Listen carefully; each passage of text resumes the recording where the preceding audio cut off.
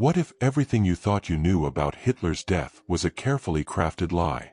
Behind closed doors, hidden deep within classified files, lies a forbidden secret, a conspiracy so dark it could rewrite history itself. Imagine a truth so dangerous that countless lives were sacrificed to bury it forever. Tonight, we open that box. Prepare yourself for a story of betrayal, shadowy power, and a secret that some still kill to protect. Are you ready to see what hides in the shadows? The official biographies of Adolf Hitler begin with a modest birth in Braunau am Inn, Austria, on April 20, 1889. But recently uncovered files from an abandoned Soviet archive hint at something far stranger, that Hitler was not alone in that delivery room. Midwives' notes and a damaged birth registry indicate the presence of a second child, another male, delivered minutes after Adolf. No public record of this second child survives, but testimony from a nun at the Lambach Abbey, who was present as a novice nurse, describes two identical babies, one sickly and silent, the other full of breath and fire. The quiet child, named Otto, was supposedly taken away by unknown men 2 days later. The hospital staff was paid off, records burned, and the story buried beneath decades of war.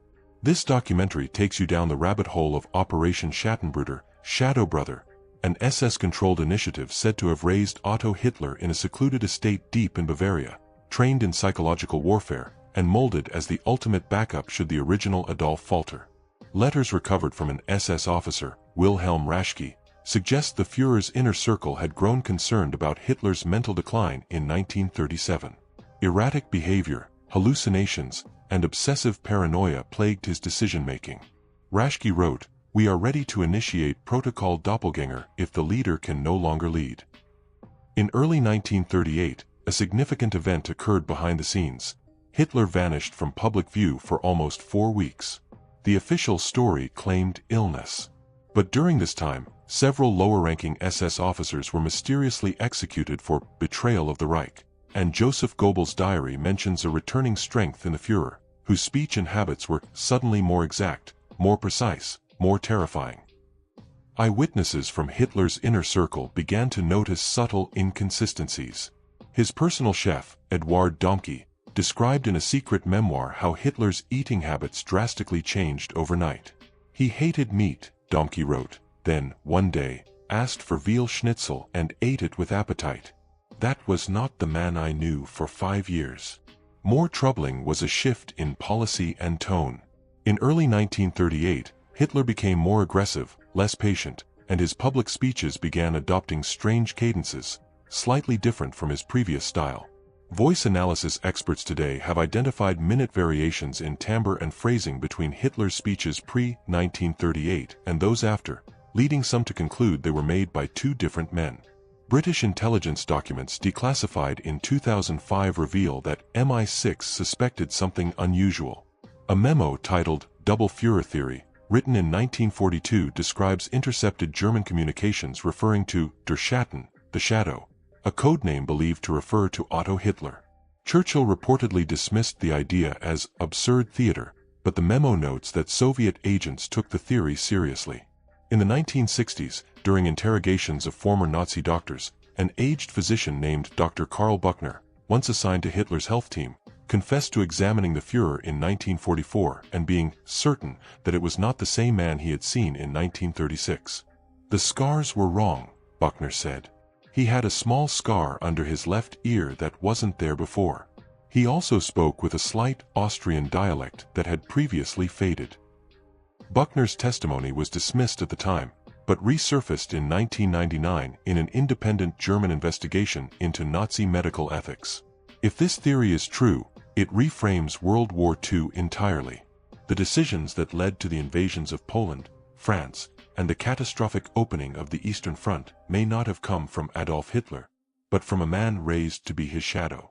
A man born into secrecy, groomed for power, and unleashed at the Reich's most volatile moment. Some theorists argue that Otto was more dangerous than Adolf, less emotionally volatile, more calculating. The Night of the Long Knives, the Kristallnacht pogrom, and even the decision to invade the Soviet Union might have been driven by a colder mind, one less obsessed with symbolism and more committed to raw power. Soviet records also suggest Stalin knew about the twin. One document dated 1943 includes an urgent message from Lavrentiy Beria to Stalin: "The Führer is not the original." Intelligence reports indicate a substitution. Genetic proof unavailable, but psychological profiles diverge significantly. The USSR never made the claim public, perhaps due to its fantastical nature or to preserve the mythos of their enemy for propaganda. The twin theory gained renewed attention when, in 1972, the body believed to be Adolf Hitler, exhumed secretly by Soviet agents, showed signs of a previously unrecorded childhood illness, polio. Yet, Adolf Hitler was never known to have had polio, nor did his official medical history support it.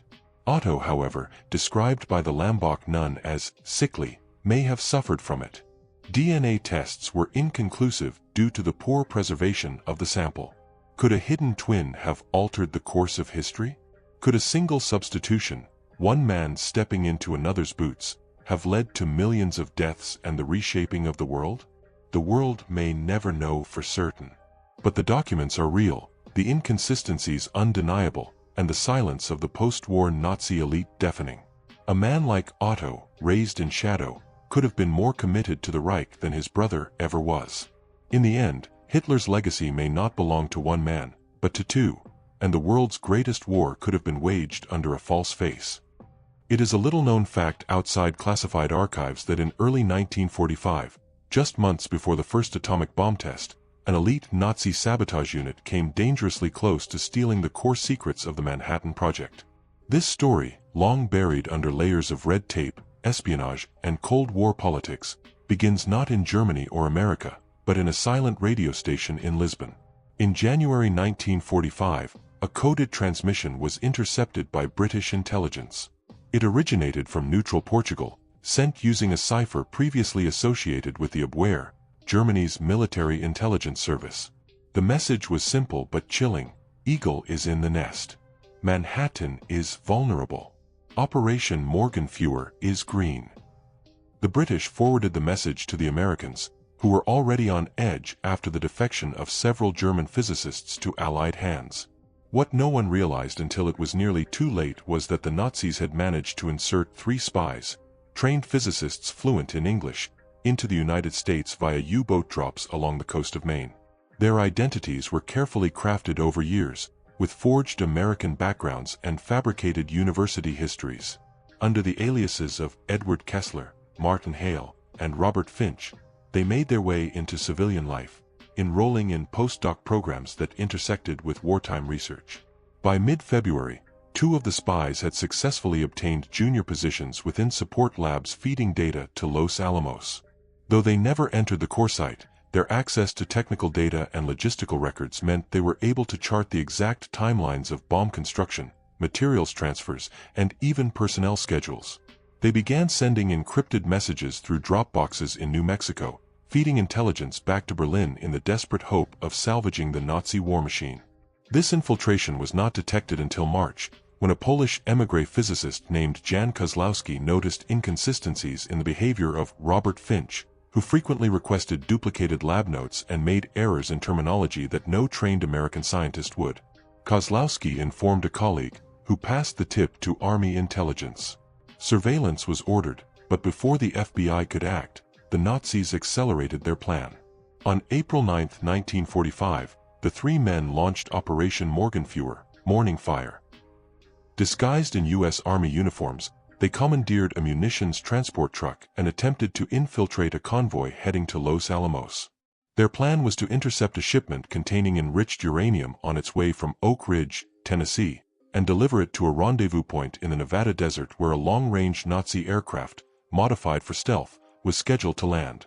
But they had not counted on Project Safeguard, an internal Manhattan Project counterintelligence task force set up under the radar by General Leslie Groves. Led by former OSS operative Samuel Meeks, Project Safeguard had planted plainclothes guards on all critical convoys and had begun intercepting unusual internal communications. When the Nazis stopped the convoy outside Flagstaff, Arizona, they found themselves ambushed by a small unit of Meeks' men posing as highway patrol officers. A brief but violent shootout ensued. Robert Finch was killed in the first volley. Martin Hale detonated a thermite charge to destroy the uranium container, mistakenly believing it was on board. Only Edward Kessler survived, shot in the leg and captured. What happened next was erased from public record. Kessler, whose real name was Erich Lauterbach, was taken to a classified site for interrogation. Declassified in 2009, audio recordings of those interrogations reveal a terrifying degree of knowledge. Lauterbach named engineers inside Los Alamos, identified obscure bomb components, and even knew about the Trinity test date, months before it happened. One quote stands out: "The Reich has failed, yes. But if we had this weapon first, the world would have belonged to us. We were so close. So close."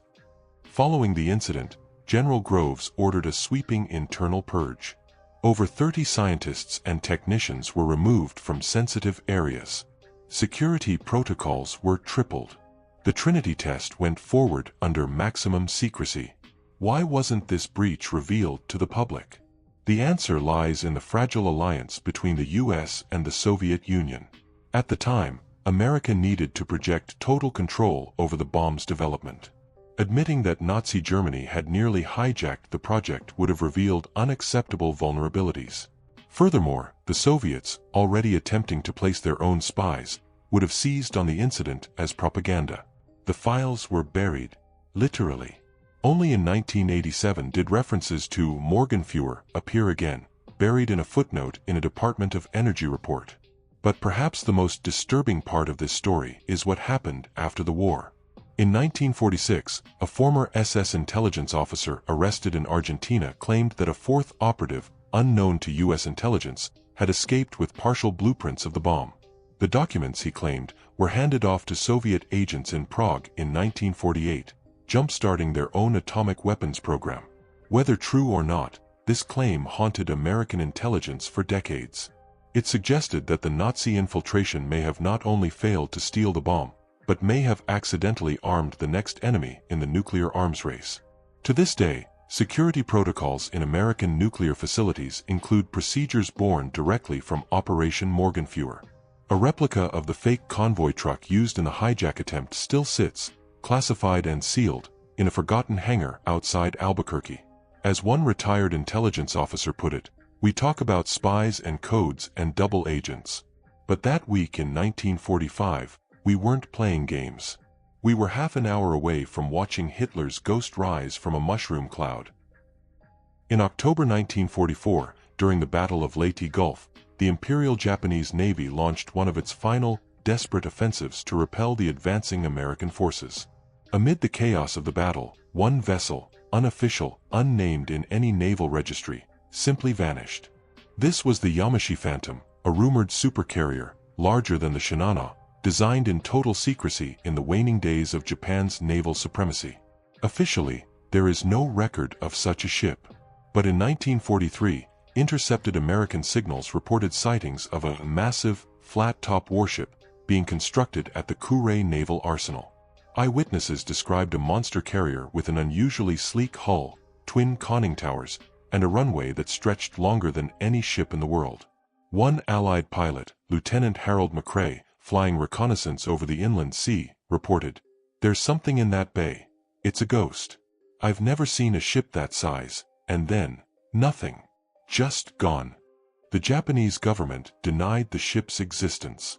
Even after the war, surviving Japanese naval officers either claimed ignorance or swore it was wartime misdirection. Yet buried deep within recovered wartime memos was a name, Yamashi Phantom.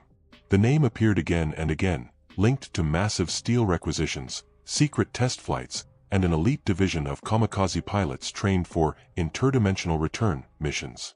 The most bizarre part of this mystery unfolded years later. In 1964, Chilean fishermen near Cape Horn reported seeing an impossibly large aircraft carrier, drifting silently just beyond the morning mist. The ship bore a faded Japanese flag and hull markings in pre-1945 naval style. It was entirely silent, with no visible crew, yet seemed operational, lights on, aircraft on deck, and antennae turning. As the fishermen approached, the ship vanished in a flash of light and a thunderclap of displaced air. Their radio transmissions were dismissed as hoaxes, until the same report came 3 more times within the next month, once from a British shipping vessel, once from a Soviet patrol submarine, and once from a weather station satellite. What was the Yamashi Phantom? Japanese declassified documents from the 1990s suggest a project named Fushicho, meaning Phoenix, designed not just as a warship, but as an experiment in advanced propulsion. The documents mention zero-point acceleration, a theoretical energy manipulation technology inspired by studies of magnetic anomalies and exotic particle theory. The goal: a vessel capable of teleportation or invisibility using distorted gravitational fields. Scientists consulted by Japan's military drew inspiration from a German experiment known as the Die Glocke project, involving high-speed centrifugal motion and mercury plasma. Skeptics dismissed these connections as science fiction. But in 1988, a Japanese historian named Dr. Kenji Murota published a heavily redacted memoir of a conversation he had with an elderly engineer named Asano Takamura. Takamura, on his deathbed, whispered, "The Phantom didn't sink. It moved. It was the test. It worked too well. We lost them to time." According to Takamura, the ship was launched as a last resort, a floating experiment that was never meant to fight, but to vanish with Japan's most loyal commanders and experimental weapons on board. Takamura claimed the ship was outfitted with strange copper coils, untested fuel sources, and a fail-safe triggering mechanism that was accidentally activated during a typhoon in the Philippine Sea. The result: the ship vanished, not destroyed, but phased out of normal time-space. That typhoon, recorded as Typhoon Louise, was one of the worst of the war. Survivors from other Japanese vessels reported seeing the Phantom rising unnaturally on the waves, its entire hull glowing blue, as lightning surrounded it in a perfect circle. "It was like watching a mountain disappear into the sky," said one survivor in a 1971 interview. "It screamed like metal tearing through glass."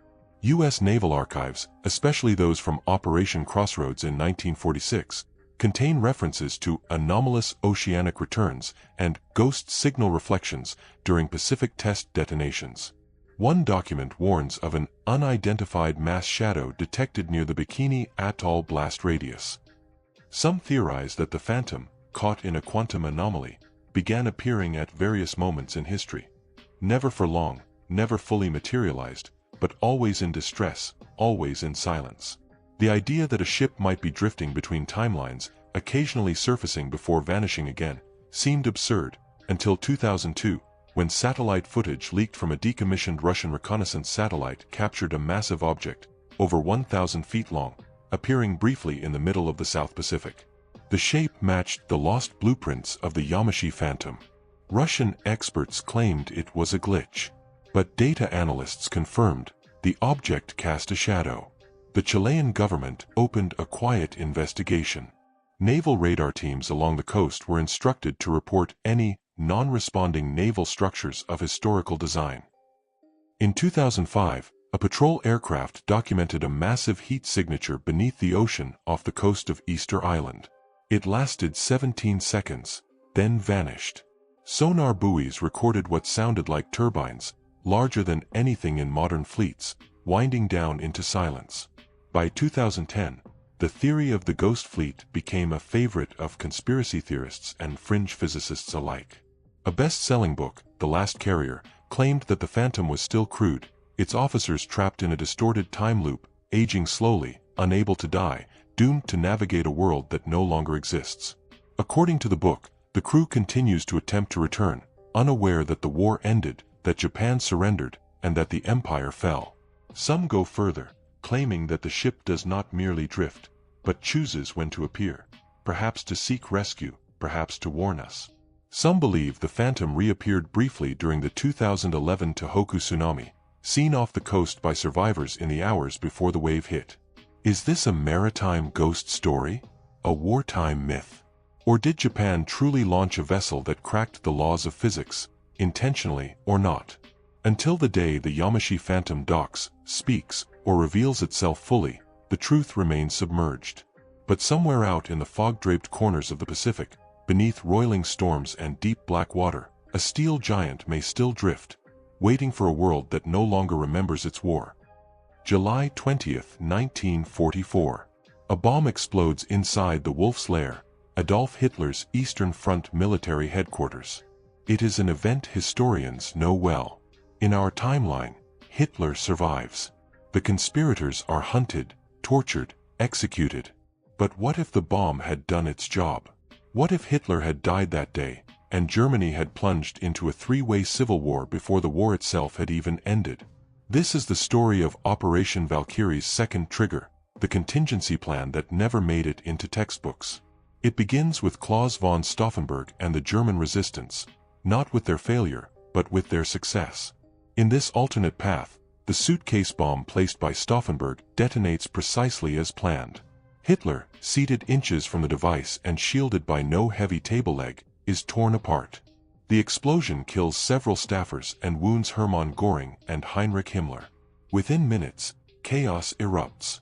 By 3 p.m., the Valkyrie Protocol, a real emergency plan co-opted by the conspirators to seize control, is enacted in Berlin. Units of the Reserve Army move to arrest SS leaders and detain Nazi party officials. Propaganda channels are flooded with announcements. The Führer is dead. The army has assumed control to restore law and order. But the SS, leaderless yet fanatically loyal, doesn't go quietly. In Munich, Waffen-SS commanders rally and proclaim the assassination a military coup. They refuse to recognize the authority of General Ludwig Beck, who declares himself interim head of state. Joseph Goebbels, wounded but alive, takes shelter in a bunker and begins broadcasting from a hidden studio, calling for total retribution against the traitors.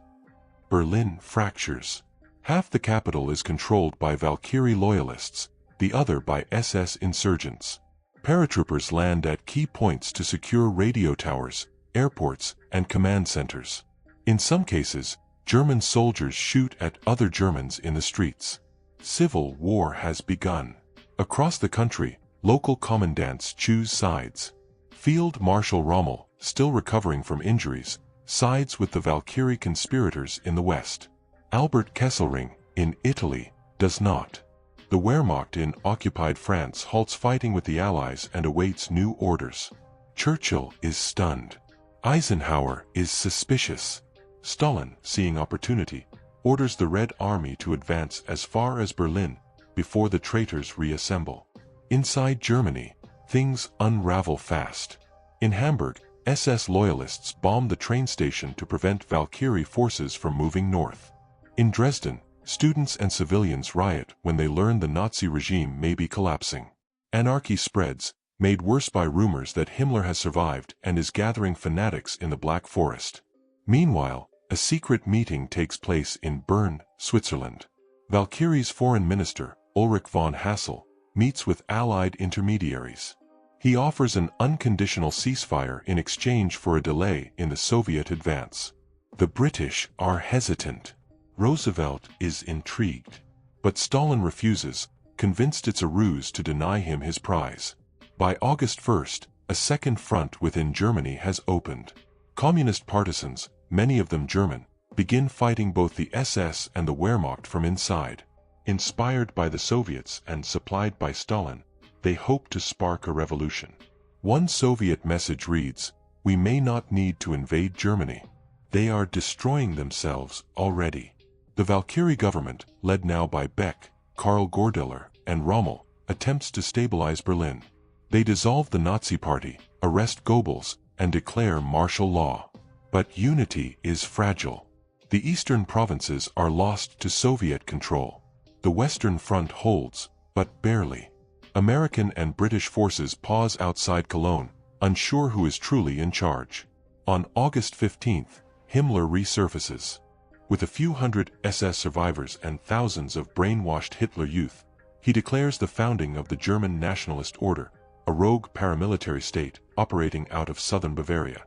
They call themselves the True Reich and begin executing Valkyrie officials in towns they retake. Their symbol is a fractured swastika within a black sun. Civil war becomes reality. Valkyrie forces in the north. SS loyalists in the south. Communist partisans in the east. And Allied armies circling the borders, unsure whether to invade or wait. In the midst of this chaos, Albert Speer re-emerges, offering to act as a mediator. His factories have stopped, but his networks remain. He proposes a peace conference in Stuttgart. The Valkyrie Council agrees. So do the Americans. The Soviets do not. Himmler sends a bomb. Stuttgart is leveled. The Valkyrie government fractures. Rommel, disillusioned, resigns. Beck disappears. Von Stauffenberg is executed by rogue SS agents dressed as loyalists. By September 1944, Germany no longer exists as a nation. What remains are pockets of warlords, militias, and puppet states. The Allies enter from the west and declare an international occupation zone. The Soviets take Berlin. The Cold War begins not in 1947, but right here, in the ashes of a failed peace and a civil war no one planned for. In 1945, Churchill writes in his memoirs, "It was not Hitler's survival that doomed Germany. It was his death." Today, historians speculate, would the Allies have accepted peace from a post-Hitler Germany? Would Stalin have honored a divided Europe without war? Or did the very act of assassination doom the country to greater ruin? The tragedy of this alternate 1944 is that the right men may have acted too late, and when they succeeded, they left behind a power vacuum no one could fill.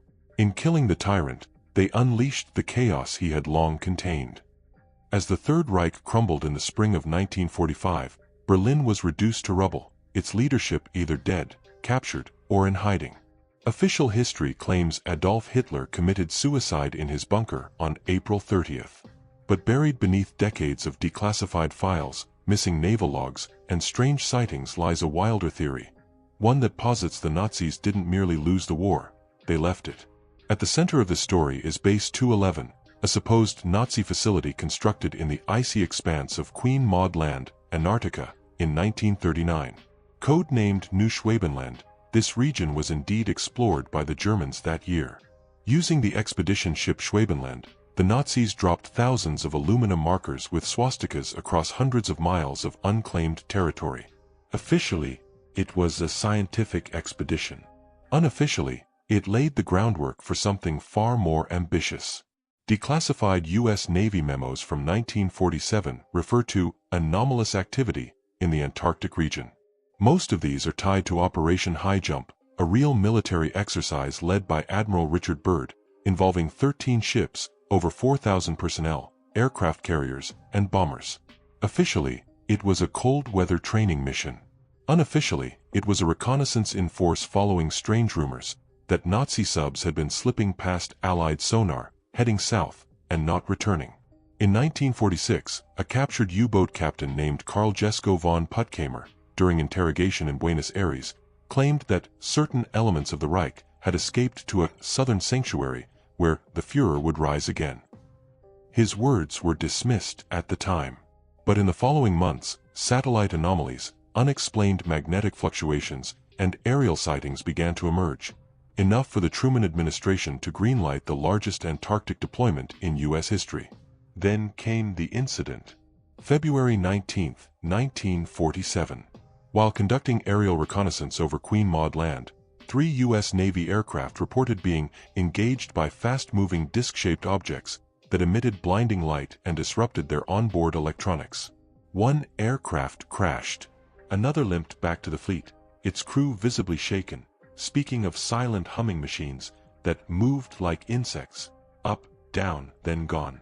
Admiral Byrd, upon returning to the U.S., gave a cryptic interview in Chile, warning of a threat that can fly from pole to pole at incredible speed. His comments were quickly censored, and Operation High Jump was abruptly cut short, months ahead of schedule. For decades, the incident remained buried in rumor. But in 1991, Russian documents from the KGB archives were leaked to Western journalists. Among them, a detailed briefing on German Antarctic colony, complete with maps, submarine routes, and photographs allegedly showing a fortified base carved into the Antarctic rock. The report claimed that the Soviets had discovered ruins of a technological compound unlike any other, with power sources that gave off no heat and machinery that seemed alien in origin. It suggested that a splinter faction of the SS, led by Hans Kammler, the architect of the V2 program, had diverted resources away from the European front in 1944 and moved them south. Among these were components from Die Glock, a secret experimental device believed to manipulate gravity or time. Combined with research into Thulian energy and ancient magnetic harmonics, this faction intended to build not just a refuge, but a new Reich. The Nazis were obsessed with Antarctica even before the war. Occult orders like the Thule Society believed it held access to ancient knowledge, possibly a lost Aryan origin civilization. Whether madness or myth, it fed the belief that retreating to the ice would be more than strategic, it would be spiritual. A rebirth, a Ragnarok, from which the true Reich would emerge again. But where's the proof? In 1962, a Chilean research team vanished for 11 days in the Antarctic interior. When they returned, they refused to speak about what happened. One of them, Dr. Alvaro Jimenez, later published an anonymous letter stating, "We saw structures beneath the ice. Not snow, stone. There were lights without power, doors that opened without wind, and a symbol, an eagle beneath 7 stars." In 1984, a satellite pass over Antarctica captured thermal anomalies in an area with no geological activity. The heat signature matched that of an underground city. When the data was released in 2011, it was quickly scrubbed from the original NASA archive. Copies remain blurry, unexplained, yet undeniable. Then there are the U-boat mysteries. In July 1945, 2 German submarines, U-530 and U-977, surrendered in Argentina months after the war ended. Both captains refused to explain their routes. Both had strange gaps in their logs. Allied investigators suspected they had dropped something, or someone, off long before surfacing. Rumors spread that Hitler himself had been on one of them. DNA evidence from Berlin, obtained decades later, casts doubt on the burnt remains found in the bunker. One Russian forensic report said the skull fragment didn't even belong to a man. Is it possible the Nazis escaped with their most radical minds, their darkest technologies, and enough time to establish a hidden empire beneath the ice? In 2016, a private satellite operated by an Argentinian tech startup captured what appears to be a massive opening in a glacier wall, perfectly circular, too smooth to be natural. A research team was sent. Contact was lost. Their GPS trackers moved 30 miles south, overnight. No explanation was ever given. The company went bankrupt within a year. To this day, no nation openly claims any settlement within Queen Maud Land. No-fly zones surround key coordinates. Every decade or so, another expedition goes missing. Another signal is heard, just briefly, then goes dark. Skeptics call it myth, a Cold War hallucination. But the rumors persist. The sightings accumulate, and the silence around it remains louder than any denial. What if the war never ended for them? What if, beneath the glacial silence of Antarctica, the Fourth Reich is waiting, not to return in tanks or missiles, but through ideas, shadows, and silence? What if the ice only bought them time? What you've seen here scratches the surface of a dark abyss, secrets deliberately buried, truths too dangerous to face. History's shadows still linger, whispering warnings we're not meant to hear. Beneath the layers of silence and redaction lies a chilling reality, one that could unravel everything we think we know. Some doors should remain closed, some stories left forgotten. But now that the box is open, there's no turning back.